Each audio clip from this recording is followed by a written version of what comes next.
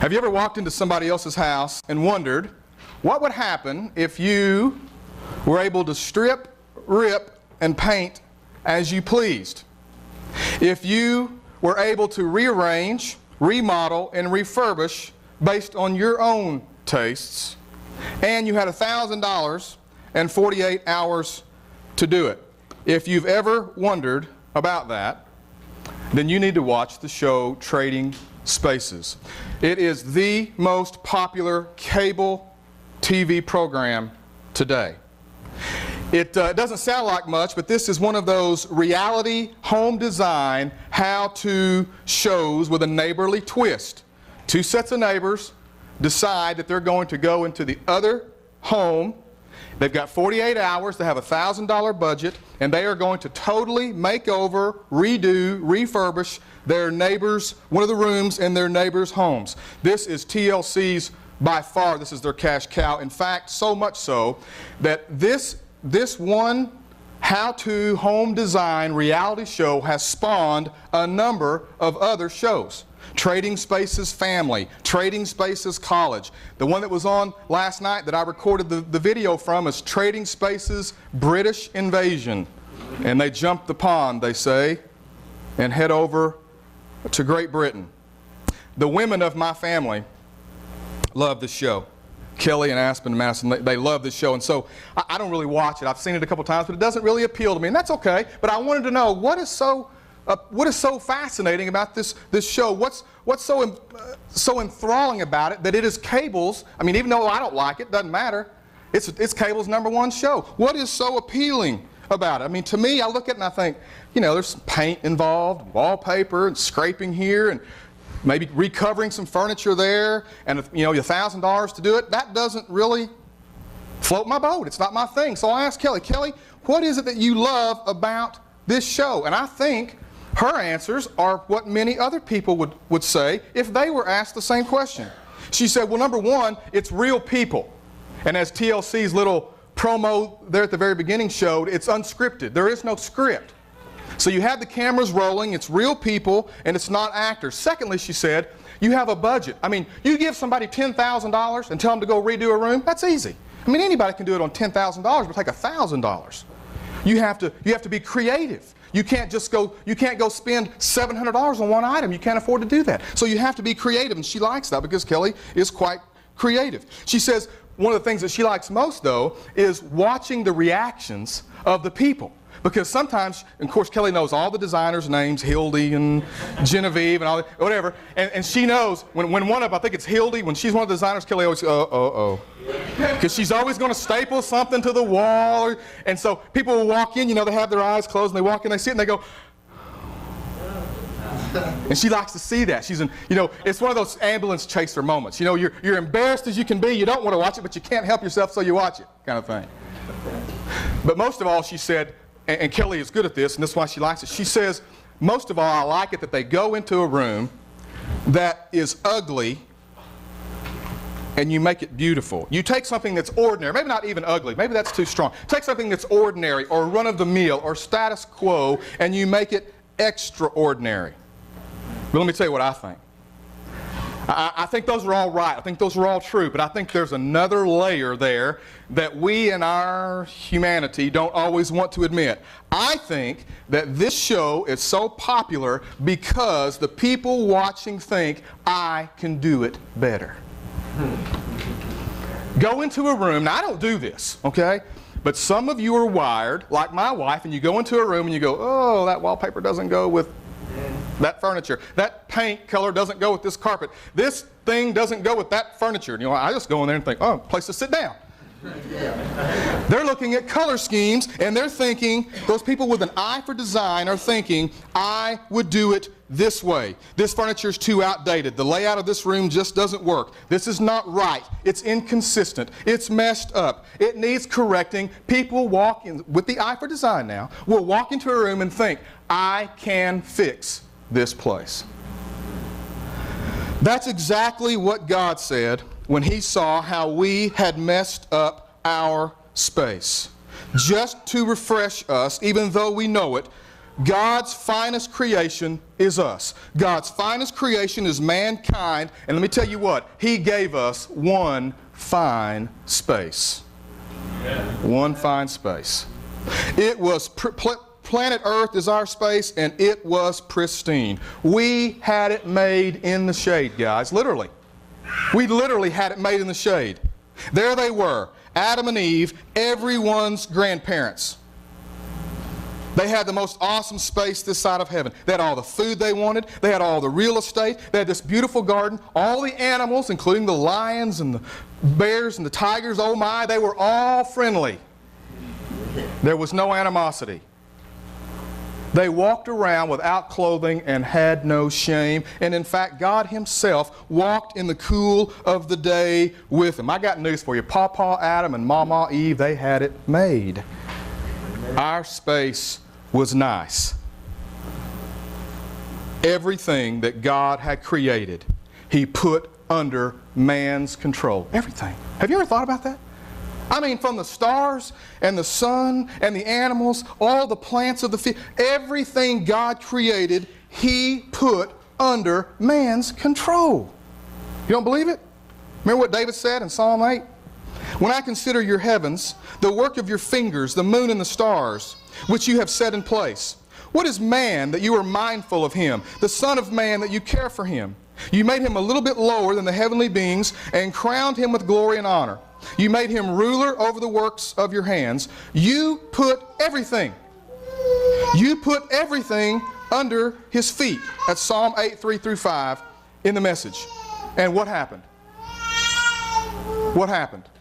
We messed it up.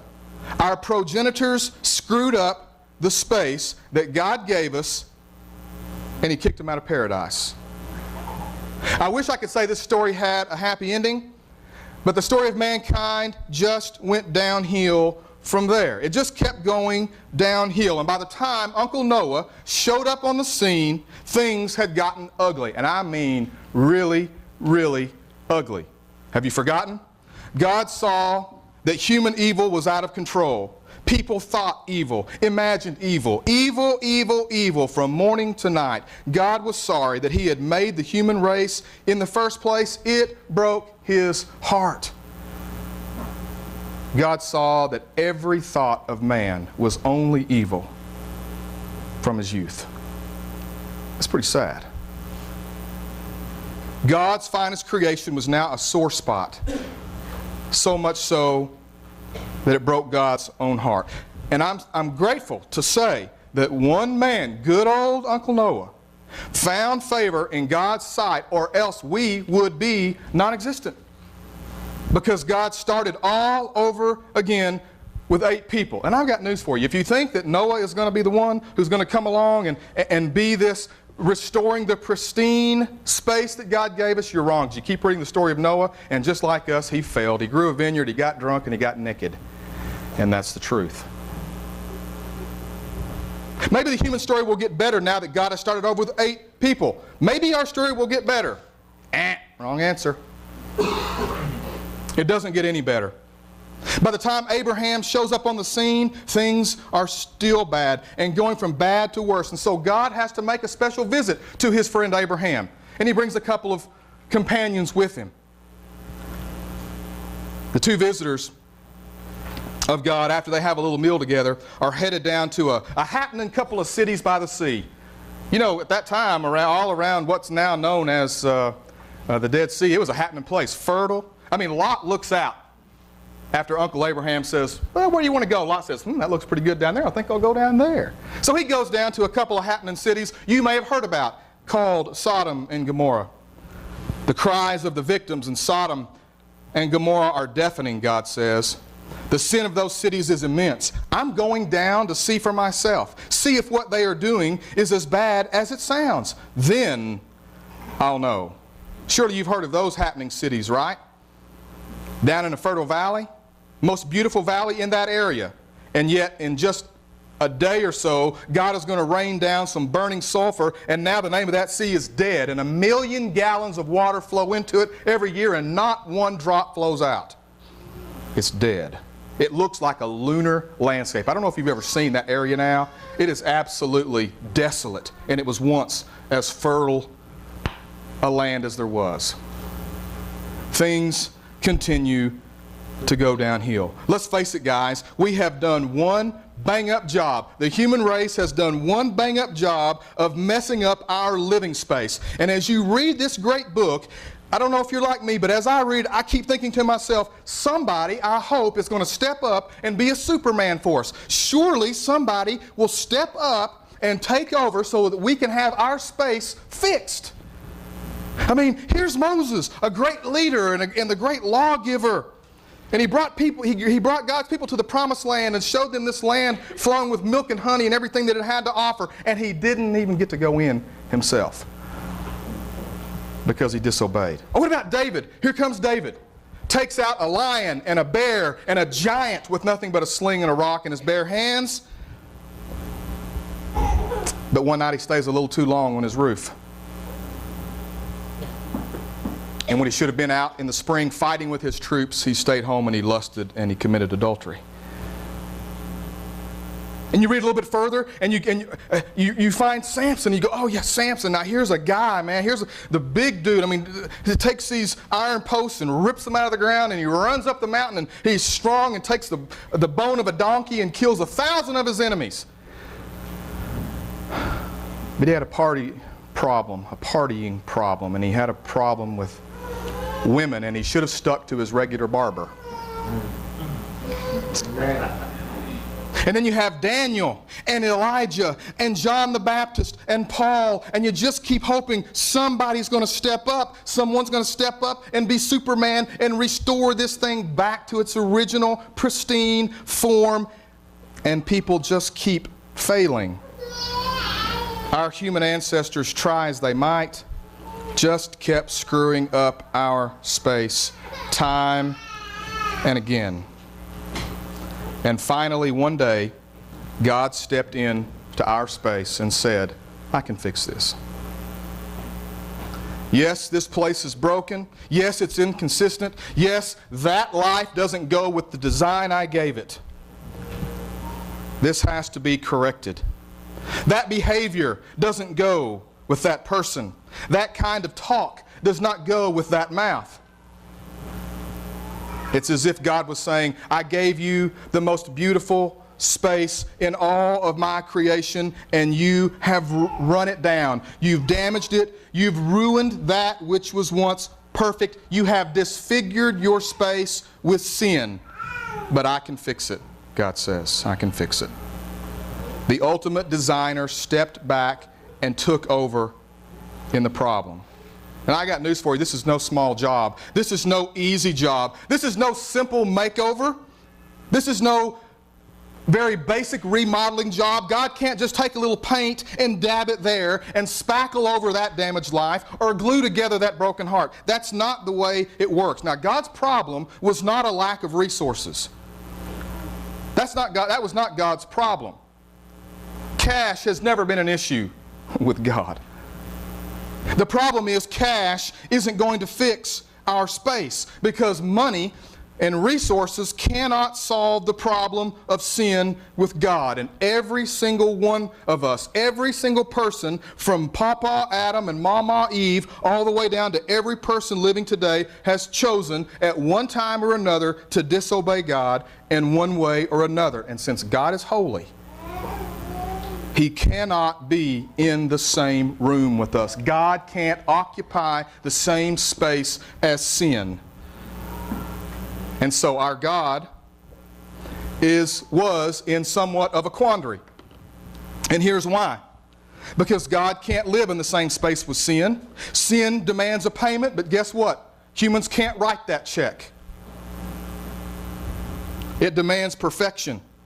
God longs to be in our space, but sin keeps him out, and sin must be paid for, but no one on earth has been able to do it because it requires perfect obedience. Someone must perfectly obey God, and then, as though that's not enough, they have to be willing to give their life for the rest of us vagabonds. And so God said, there's only one way to do this. There's really only one way to fix this problem. Trading spaces.